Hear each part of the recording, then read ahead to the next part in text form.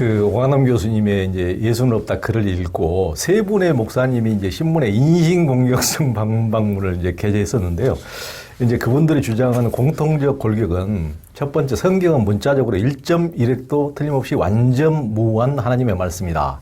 두 번째, 이런 완전 무한 성경에 가면 기독교만 진리의 종교로 되어 있다. 세 번째는 따라서 어떤 종교를 인정하고 종교들이 서로 협력할 것을 강조하는 종교다원주의는 성경의 가르침에 어긋나는 이론이다. 네 번째, 따라서 성경의 문자적 무엇을 받아들이지 않고 종교다원주의를 주장하는 오광남 교수의 말은 비기독교적 내지는 반기독교적이다. 이런 요지로 이제 세 분의 목사들이 이제 반박을 하셨는데, 여기에 대해서도 이제 오 교수님의 이제 반박을 하셨는데 어떻게 반박하셨습니까? 세세한 건 지금 기억이 안 나는데, 예. 제가 아마 갈릴레오를 그렇죠. 들었을 거예요. 갈릴레오가 이제 태양이 도는 게 아니고 지구가 도는 거다. 지동설을 이제 주장하니까 막 교회에서 반대를 했어요. 성경에 태양이 돈다 그랬지 어디에 그 지구가 돈다고 얘기했냐. 막 이러면서 넌 성경을 문자적으로 믿지 않다. 이런 뜻의 그 얘기를 해서 갈릴레오를 이제 정죄했잖아요. 성경 문자적으로 한다는 게 그거를 인정하면 뭐 갈릴레오를 죄인으로 취급해야 되는 거예요. 근데 이제 뭐 가톨릭도 이제 갈릴레오를 얼마 전에 사면했잖아요. 근데 문자주의를 그대로 고수해야 된다 하는 것은 그건 말이 안 되는, 아까 뭐 우리 문자주의 얘기를 많이 했지만은 말이 안 되는 거예요. 신학적으로도 성경을 문자적으로 뭐 숭배하는 것을 성경 숭배, 비블리오트레이라고 성경 숭배라고 하는 그런 얘기를 쓰는데, 참 재밌는 게 가톨릭은 여태까지 전통을 중요시했어요. 그래가지고 전통을 어긋나면 안 된다, 전통에 어긋나면 안 된다 했는데, 개신교는 전통을 옆에 놓고 성경을 절대화하는 거예요. 성경을 문자적으로 받아들이면 안 된다. 뭐 이런 식으로 하는데, 사실 그거는 개신교의 그 기본 정신에 어긋나는 겁니다. 개신교라는 것을 이제 프로테스탄트라고 그러는데, 그렇죠. 프로테스탄트란 말은 주어진 그것에 언제나 저항하는 거예요. 모든 것을 당연히 여기는 그런 것을 받아들이지 않고 새롭게 이제 저항해 나가는 것이 개신교의 정신인데, 이런 정신에 뭐 이제 상반되게 말이에요. 한번 결정된 뭐 교리는 절대 바뀔 수 없다. 뭐 이런 식으로 하는 건 말이 안 된다고 이제 신학이라는 것은 틀리게 한 말이지만은 그 시대 상황에 맞도록 재해석해 주는 것이 신학이다. 그러니까 지금 이 한국 교회 보수 교회들이 가지고 있는 신학은 17세기, 18세기, 19세기에 형성된 신학이에요. 그게 신학이나 그 교리 자체가 진리가 아니고 그때 상황에 맞아서 만들어낸 하나의 뭐라 그럴까 뭐 이론이에요. 약으로 치면 그때는 병이 달랐어요. 근데 그 병에 합당되는 그런 처방전을 뭐 그 효과가 있었을지 모르지만은 지금은 우리가 앓고 있는 병이 다른 거예요. 뭐 소외라든가 이런 거지 뭐 그런 그 병에 합당되는 그런 처방전을 했는데, 그러려면 성경을 옛날식으로 해석해서는 안 되는 거예요. 새로운 상황에 맞도록 새롭게 해석하는 것이 중요한데, 이런 목사들은 옛날 거 그대로 가지고 있어야지 뭐가 이런 새로운 이론을 가지고 얘기를 하느냐. 또 한 목사는 제가 순교자의 피를 더럽게 했다고 뭐 이런 얘기를 하더라고요. 그래서 순교자가 무슨 교리를 위해서 순교했냐고. 저희가 한때 있다가 없어질 그런 교리를 위해서 피를 흘렸냐고. 그게 아니라고, 순교자의 그 피를 함부로 말하는 그 사람이야말로 순교의 자를 피를 어떻게 하는 게 아니냐, 뭐 이런 얘기를 한 것 같습니다. 그러니까 성경 우상 숭배죠. 어떻게 보면은 성경 우상 숭배고, 우리가 이제 같은 기독교라 그러지만은 이제 초기에 그 초대교회와 또 콘스탄티누스가 이제 로마라는 세계 최대 제국이 자기들이 국교로 받아들인 이후, 또 성경의 어떤 정경을 만들고 또 그때 당시에는 뭐 면죄부조차도 반대하면은 뭐 그런 사람들은 전부 다 자기들의 권위에 도전하면 전부 다 화형시켜버리고 다 죽여버리는 그렇죠. 그 교회가 옳은 교회인지 그 이후에 루터 이후의 교회가 또 옳은 교회인지 그 이후에 계속 시대에 따라서 다른 것이 자기들의 교회라고 주장하는데 앞으로 또 500년 뒤에면은 또 지금의 제가 보기에는 지금의 지금 이런 것들은 또 많이 물러가고 그렇죠. 또 다른 게 네, 성립될 텐데 그러니까 같은 기독교지만 이렇게 시대 상황에 따라서 많이 달라지는 것인데 뭘 하나만이 가지고 전부라고 이렇게 하는 것이야말로 정말 우상숭배가 아닌가 이런 그렇죠. 생각이 듭니다. 사실 성경에도 그런 말이 있습니다. 성경 그 고린도후서 3장 6절에 보면 세 번역에 의하면 뭐냐면 문자는 사람을 죽이고 영은 사람을 살린다 이런 말이 있어요. 그러니까 뭐 옛날 번역은 의문이라고 했는데 의문이라는 게 사실 문자 율법의 문자는 사람을 죽이고 그 영이란 말이 뭐 영어로 스피릿이나 그 정신 이렇게 말할 수 있는 거예요. 그 문자 뒤에 있는 정신, 문자 너머에 있는 정신, 문자에 포함되어 있는 그 정신이 사람을 살리는 거지 문자 자체가 사람을 살리는 게 아닌 거예요. 그 아까 말한 잔 셸비 스퐁 신부 같은 책을 뭐 20몇 권인가 30몇 권을 썼는데 일관되게 한 게 뭐냐면 문자주의 배격이에요. 기독교가 살아나려면 문자주의에서 벗어나야 된다는 거예요. 그분이 쓴 책 제목 하나가 기독교 죽지 않으면 기독교 변하지 않으면 죽는다 이런 게 있거든요. Why Christianity must change or die. 우리말로 번역이 되어 있는데 거기에서도 성경 문자주의에서 벗어나야 된다는 거예요. 그러니까 성경을 문자적으로 1.1획도 틀림없이 그대로 믿어야 한다는 것이 이제 근본주의자들의 문자 근본주의자들의 주장인데요. 그 창세기 6장에 나오는 노아의 홍수도 이제 보면은 그게 진짜 문자적으로 믿으면은 그게 맞습니까? 문자적으로는 불가능이죠. 예를 들어서 그 배에다가 무슨 뭐 공룡 몇 마리 한 마리만 실으면 100 넘어질 것 같은데. 거기다 뭐 곤충들 다 넣어야 되고 그런 다음에 있을 동안에 뭐 40일인가 있을 동안에 그 배설물 같은 다 어떻게 하는 거예요? 또 뭘 또 먹여야 되는 거예요. 그러니까. 그런 말을 하면 이제 어떤 사람 그 믿음이 좋은 사람은 그건 하나님께서 다 알아서 해 주셨고 그런 짐승들 다 잠재우실 수도 있고 그런 걸 했을 거다 뭐 이런 얘기하는데 만약 하나님이 거기에 개입했다 그러면 뭐하라고 배를 짓고 뭐 할 거 있어요. 그냥 홍수 자체를 그냥 홍수 다 말고 딴 방법으로다가 사람들을 멸망할 수도 있고 또 이런 걸 뭐 공중에 붕 뜨게 가지고 뭐 한 40일간 있다 내려오게 할 수도 있고 한데 뭘 배를 만들었어요. 그러니까 그 자체는 그 성경의 하나님의 능력이라든가 인간의 뭐 의식의 발달사 이런 것을 얘기해 주려는 거지 그 배 자체를 얘기하는. 그 지금도 그 상당수의 그 기독교인들은 그 배가 아라랏산에 머물렀다 그러거든요. 옛날엔 그 아르메니아인데 지금 터키로 들어가 있어요. 아르메니아에 가봤는데 그 산이 보이더라고요. 거기 가가지고 뭐 그 노아 방주에 뭐 흔적을 찾는다고 뭐 이렇게 하는데 그거는 뭐 저는 쓸데없는 일이라고 생각하는데 그 노아 홍수뿐만 아니라 하여튼 그 성경에 있는 걸 문자 그대로 하면 안 받아들일 수 없는 게 많아요. 근데 이 노아 홍수 같은 거는 사실 성경에만 있는 게 아니고 바벨론의 그 문헌 같은 데도 다 노아 홍수 얘기가 나옵니다. 뭐 한때 하여튼 큰 홍수가 있었던 건 사실 모양이에요.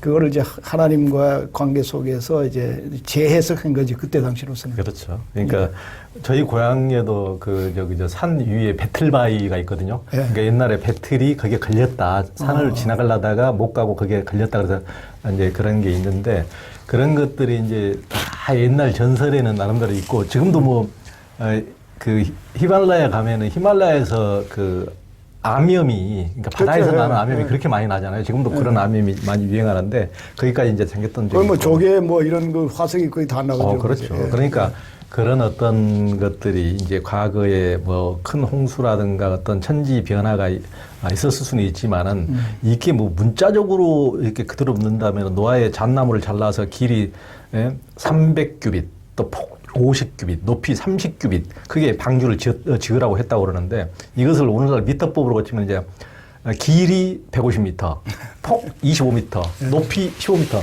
그러면 요즘으로 보면 그렇게 큰 배도 아니거든요. 거기에 모든 인류의 모든 그 생명체를 이거 다 실었다면은 이게 뭐 곤충만 해도 70만 종이라는데 파충류 온갖 포유동물 이게 가지고 이제 그건 언빌리버블이죠. 도저히 뭐 상상할 수 없는 그런 건데 하여튼 게 문자적으로 믿는다는 것에 하여튼 문제를 얘기할 수 있겠습니다. 또 이제 그 동정녀에서 예수께서 이제 남녀가 섹스 없이 태어났다는 그런 탄생설, 그건 그렇게 그걸 어떻게 봐야 됩니까? 그것도 마찬가지예요. 거기에 나오는 얘기는 생물학적 정보를 우리에게 주려고 하는 게 아니에요. 성경이든 뭐 불경이든 모든 그 종교적인 그거는 일차적 관심은 과학적이나 무슨 생물학적이나 역사적인 그런 그 정보를 주려고 한 게 아니고 정보가 아니라 우리 그 보는 사람이 트랜스포메이션을 경험할 수 있도록 인폼 하려고 하는 게 아니라 트랜스폼 시키려고 하는 거다 이렇게 보는 거죠. 한스 킹이 그 가톨릭 신학자로서의 자격을 박탈당한 게 이것 때문인데 한스 킹은 뭐라냐면 이 동정녀 탄생은 생물학적인 진리가 아니고 종교적 진리를 얘기한 거다.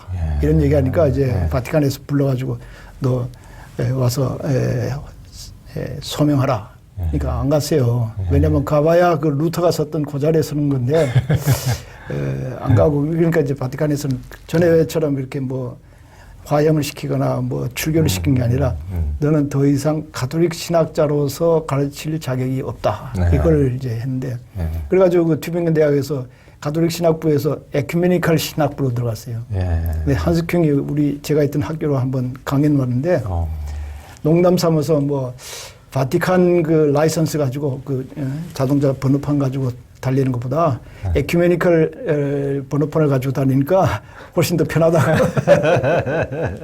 얼마 전에 돌아가셨어요. 그렇죠. 얼마 전에 최근에 돌아가셨죠. 하여튼 20세기, 21세기 하여튼 최고의 하여튼 가톨릭 학자죠. 그리고 또 한 가지 그 동정녀 탄생은 성경에만 있는 게 아니에요. 거의 모든 영웅들은 탄생이 특별합니다. 그렇죠.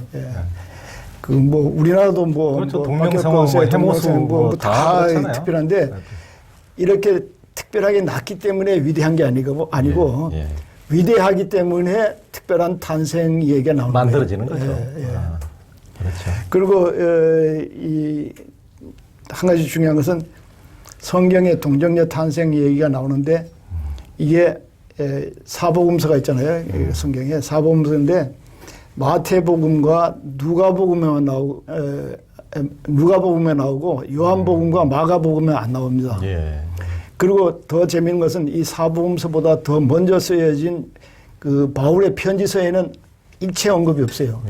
그러니까 바울은 이 사실을 몰랐거나 사실이 아니라 이 동정녀 탄생이라는 이론을 몰랐거나 아무 의미가 없다고 생각한 거예요. 그래가지고 그게 만약 의미가 있었다면 자기가 쓴 그 편지마다 그 동정녀의 탄생한 것을 너희가 믿어야 된다 뭐 이렇게 썼을 텐데 그런 언급이 전혀 없는 거예요. 그러니까 이게 기독교의 핵심이 아니에요. 제가 있던 학교에 가톨릭 신부가 있는데 한 번은 이제 농담 삼아서 얘기를 하더라고요. 어떤 사람이 전화를 와서 우리 저기 성모 마리아의 동정녀 탄생을 믿어야 됩니까? 그러니까 그 신부가 뭐라냐면 당신이 가톨릭이요, 개신교인이요 물어보더니 개신교인이면 안 믿어도 되고 가톨릭이면 믿으십시오. 가톨릭은 그게 아주 중요한 거니까 뭐 개신교도 뭐 중요하긴 하지만은. 그러니까 위대한 인물들에게는 어떤 이제 그런 것들이 만들어지고 그 중국의 이제 선종에서도 달마대사부터 내려오는 이제 선종에서도 그 달마, 해가, 승찬, 도신, 홍인 이제 육조가 이제 육조대사 해능인데 해능대사의 이제 스승인 오조 홍인 그 절에 가보니까 거기에 성모당이 있어요. 성모당. 성모 마리아하고 똑같아요. 그러니까 육조 홍인이 그 이제 아버지 없이 태어났다고 그러거든요. 아버지가 그래요? 없이 이제 그렇게 잉태가 돼가지고 이제 태어났다 그래서 성모당이니까 어머님은 그러니까 정결한 몸에서 이제 남녀가 이렇게 교합을 해서 탄생하신 게 아니고 그러니까 이게 예수님 탄생하고 똑같은 얘기가 거기에도 있습니다. 그러니까 이제 그런 것들이 어떤 한쪽에만 있는 것이 아니고 역사적으로 그런 얘기들은 위대한 인물들에게 그런 우리나라 아까 말씀하셨지만은 뭐 주몽이라든가 박혁거세도 다 그렇듯이 이제 그런 얘기는 근데 그것을 이제 문자적으로 믿었을 때는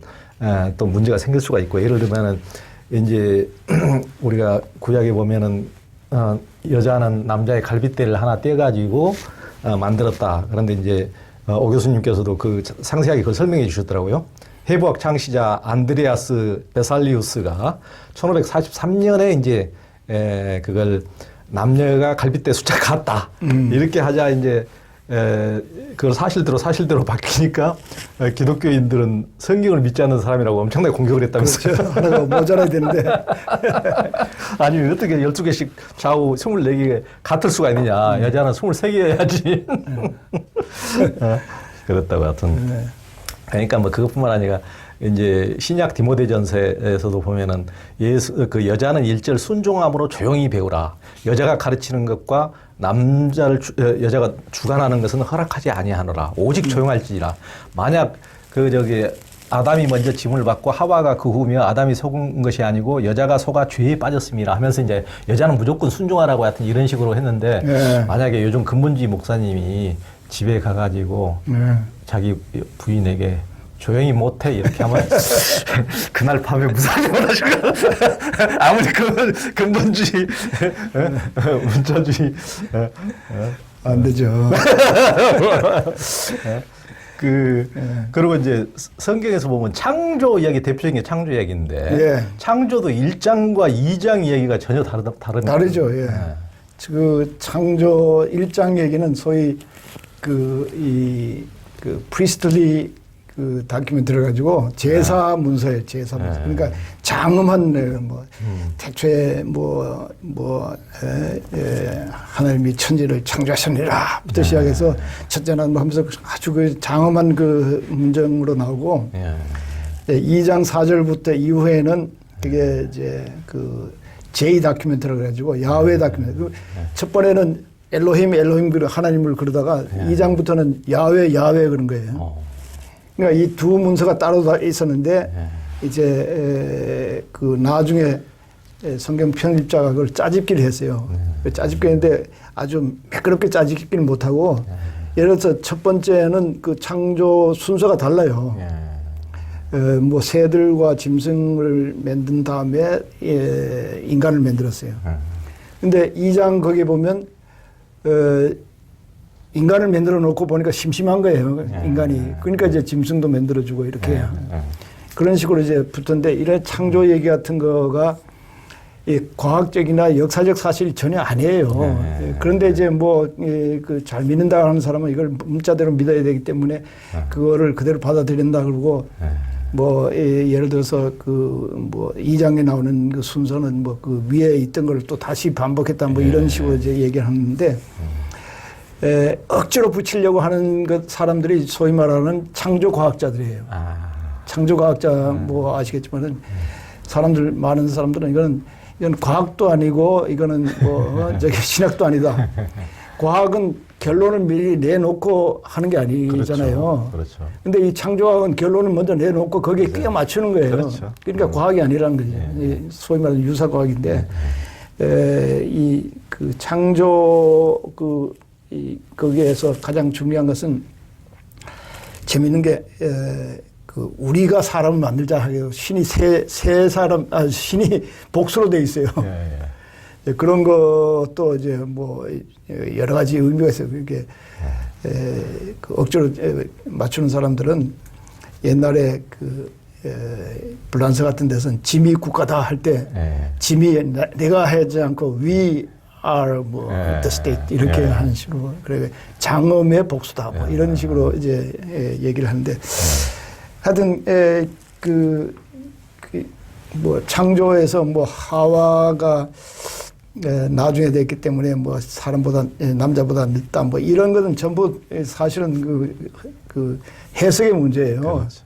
어떤 사람은 뭐 갈비뼈에서 했기 때문에 이건 농담인데 갈비뼈에서 했기 때문에 여자들은 남자의 중간만 좋아해서 지갑 있는데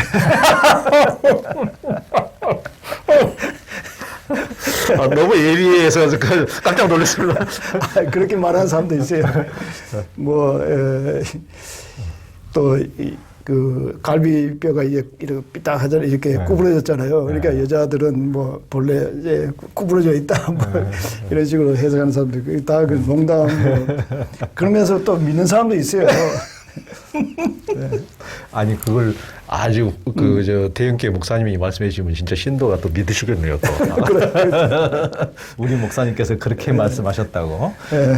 그러니까 보면 십계명에는 아무 형상이든지 만들지 말라고 하니까 어떤 분들은 이제 형상이라는 게 이미지인데 사진도 찍으면 안 된다고 이런 이제 성경에 보면은 내 이름으로 이제 그러니까 또 믿는 사람들에게 이런 표징들이 이제 따를 터인데 곧 그들은 내 이름으로 귀신을 내쫓으며 새 방언으로 말하며 손으로 뱀을 집어들며 독약을 마실지라도 절대로 해를 입지 않으며 아픈 사람들에게 손을 얹으며 나을 것이다. 막 이런 식으로 이제 하니까 최근에도 아프리카에 무덤 속에서 부활하겠다고 묻혔다가 죽은 목사님 잠비아의 사카라 목사라고 한 몇 달 전에 실제 죽었잖아요.